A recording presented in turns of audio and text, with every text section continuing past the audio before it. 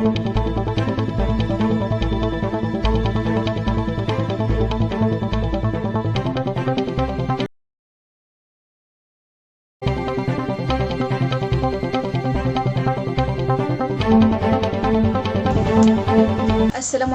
dan salam sejahtera. Saya Nurul Rahwani Rashika binti Muhammad Razli daripada Buletin Prihatin. Kini menurut definisi operasi PDPR di dalam Manual Pengajaran dan Pembelajaran di Rumah iaitu PDPR yang disediakan oleh Kementerian Pendidikan Malaysia 2020. Pengajaran dan pembelajaran di rumah iaitu PDPR ialah pengajaran dan pembelajaran PDP yang dilaksanakan di rumah atau pusat komuniti atau di mana-mana lokasi yang bersesuaian.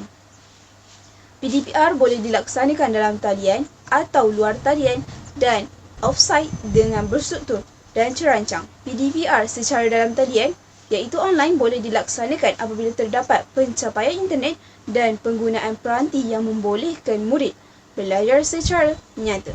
Tanpa melengahkan masa lagi, kita teruskan dengan wartawan-wartawan di lokasi berkenaan.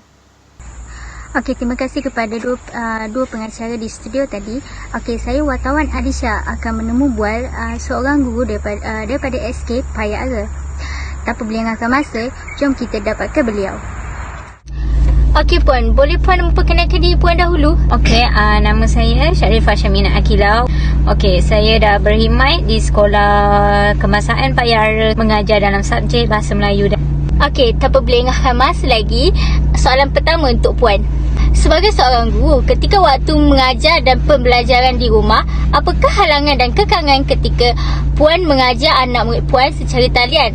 Adakah susah nak bagi kerjasama ataupun tidak? Boleh Puan berikan penjelasan Puan?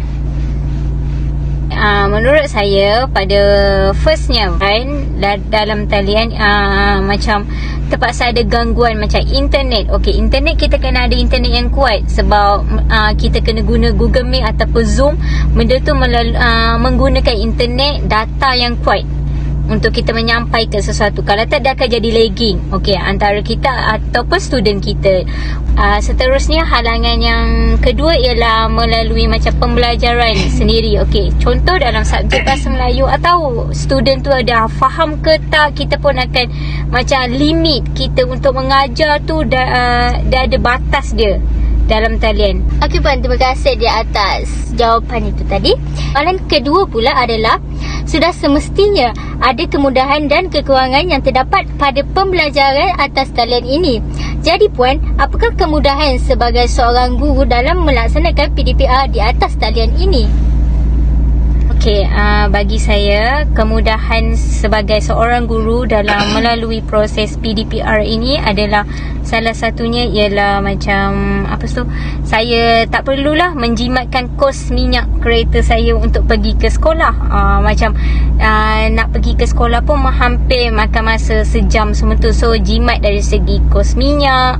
So macam makan pun akan di rumah, masa akan jadi lebih baiklah dari situ.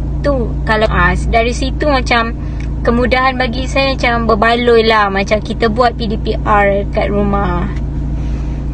Kita teruskan lagi dengan soalan yang seterusnya.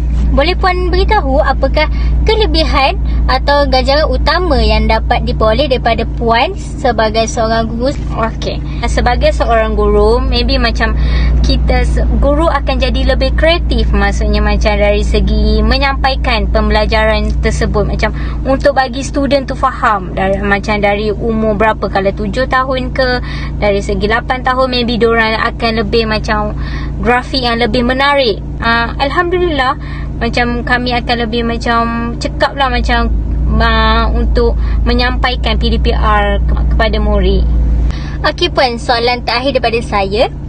Apakah cabaran Puan sebagai seorang guru dalam meningkatkan pencapaian anak murid Puan semasa PDPR ini?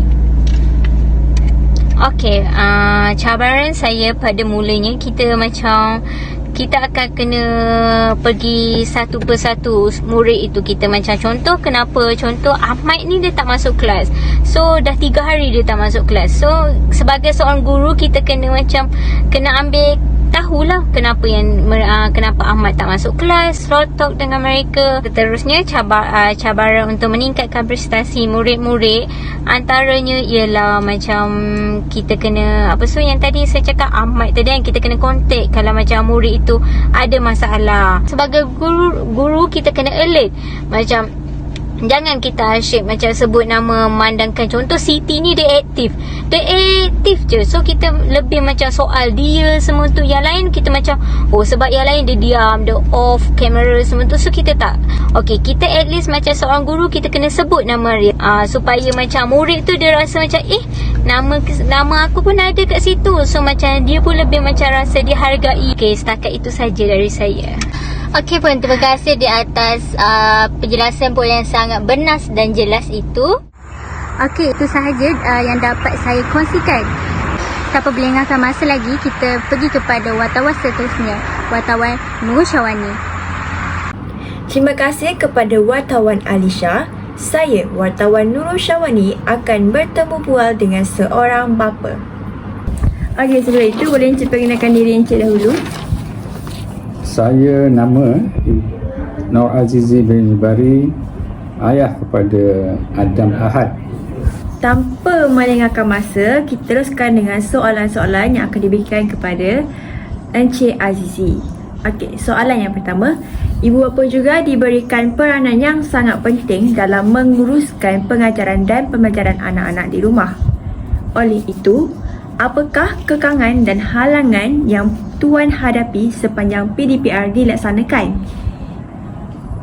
Okey, sebagai ibu bapa, halangan-halangan yang dihadapi ialah paling besar sekali ialah penggunaan gadget, yang mana anak-anak terlalu bergantung dengan gadget, dan ini menjadikan mereka leka, membuatkan mereka menjadi hilang tumpuan untuk belajar dan kurang berminat untuk belajar.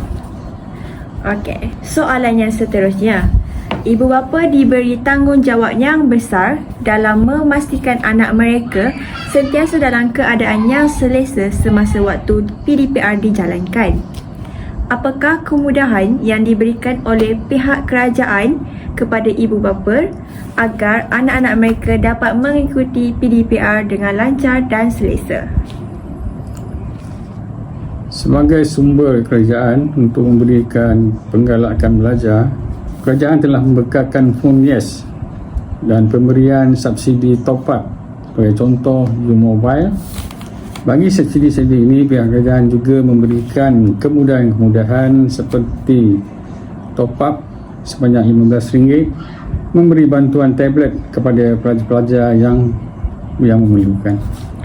Okey, soalan yang seterusnya, iaitu sepanjang tempoh PKP, kebanyakan ibu bapa bekerja dari rumah dan anak-anak mereka juga belajar secara atas talian. Oleh itu, apakah kelebihan yang diperoleh daripada ibu bapa sepanjang waktu PDPR dijalankan? Untuk itu, ibu bapa dapat memantau dan melihat sendiri potensi pembelajaran anak-anak melalui. Daripada itu, ibu bapa dapat mengetahui kelebihan-kelebihan dan kekurangan pembelajaran anak-anak. Okey, soalan yang terakhir.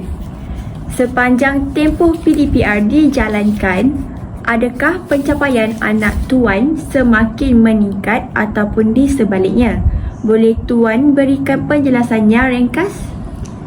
Untuk kelebihannya, saya dapati anak-anak saya ini ialah beliau menjadi seorang yang lebih berkeyakinan diri, berkeyakinan tinggi apabila bercakap di khalayak ramai.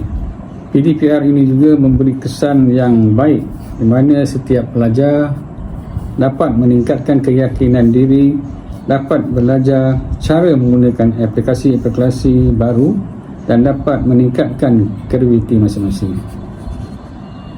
Selain itu juga adanya kekurangan. Kekurangan yang saya dapati adalah anak saya tidak fokus ketika PDPR sedang berlangsung. Anak-anak menjadi terganggu dengan perkara-perkara lain seperti game, cerita di televisyen dan suara-suara orang lain di sekitarnya. Okey, itu saja soalan daripada saya. Terima kasih kerana meluangkan masa dengan saya. Sama-sama. Okey, itu sahaja yang saya dapat kongsikan. Kita akan teruskan dengan wartawan Saidatul Lisa. Hai, kembali kepada saya pula, wartawan Lisa. So, hari ini saya akan menginterview pelajar universiti untuk menanyakan soalan-soalan panas. Jom! Assalamualaikum Cik. Hari ini kami dapat menginterview menggunakan online saja. So, soalan pertama saya. Berdasarkan pengalaman dan pelaksanaan PPDPR sebelum ni, terdapat banyak isu yang diberi perhatian bagi memastikan semua pelajar mengikuti pembelajaran dengan baik. So, pada pendapat Encik, adakah PDPR ialah kaedah terbaik ketika COVID-19? Sila beri jawapan Encik. Pada pendapat saya, PDPR ini bukan satu kaedah yang terbaik ketika COVID-19 kerana kaedah ini memerlukan penggunaan capaian internet yang kuat dan juga banyak.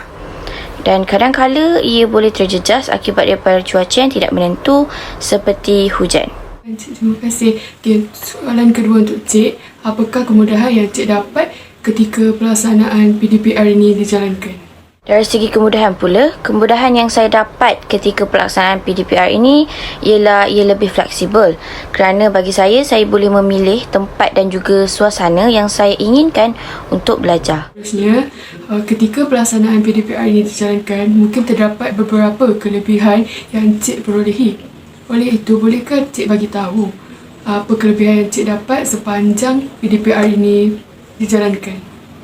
Bagi kelebihan pula, bagi saya dapat berjimat dari segi keuangan kerana saya tidak perlu menggunakan wang untuk perbelanjaan seharian.